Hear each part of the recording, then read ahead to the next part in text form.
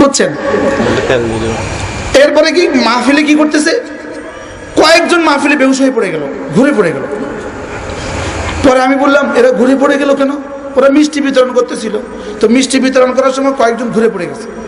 ঘুরে পড়ে গেল, হুজুর ও বেশি নিছে, ও একবার ওখানে নিছে আবার এখানে নিছে, একটা একটা লাগাই দিছে। কে লাগাইছে কি হয়েছে কেউ তো দেখে নাই, দাম করে পড়ে গেছে।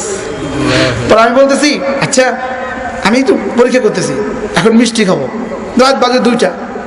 হুজুর এখন মিষ্টি আনতে সব দোকান বন্ধ হয়ে গেছে, এখন মিষ্টি আনলে আনতে হবে চুরি করে। এটা ঠিক হবে না, এটা কি হবে না, এটা ঠিক হবে না। হুজুরা চুরি করে মিষ্টি খাওয়াবে, এটা ঠিক হবে না। আচ্ছা আমি কি আমার মাথা ব্যথা করে একটু তেল আনেন তো।